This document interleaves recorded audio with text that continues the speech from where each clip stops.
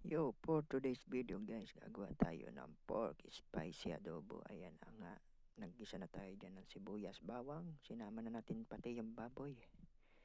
Ayan, binekos-mekos na natin yan insan. Ayan, after natin igisa ang baboy, lagyan na natin ng tubig. Pakukuluan muna natin siya guys para lumambot yung ating karne. At ayun na po guys, after 10 minutes, ayan po, hinalo na po natin yung pinagbabara ng ating baboy. At after nyan, nilagay na natin ang ating mga sili para tumapang ang ating niluluto. At ayan po guys, after 5 minutes, pwede na po natin yan i-plating.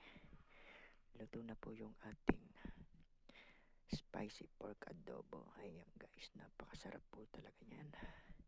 Kain po tayo.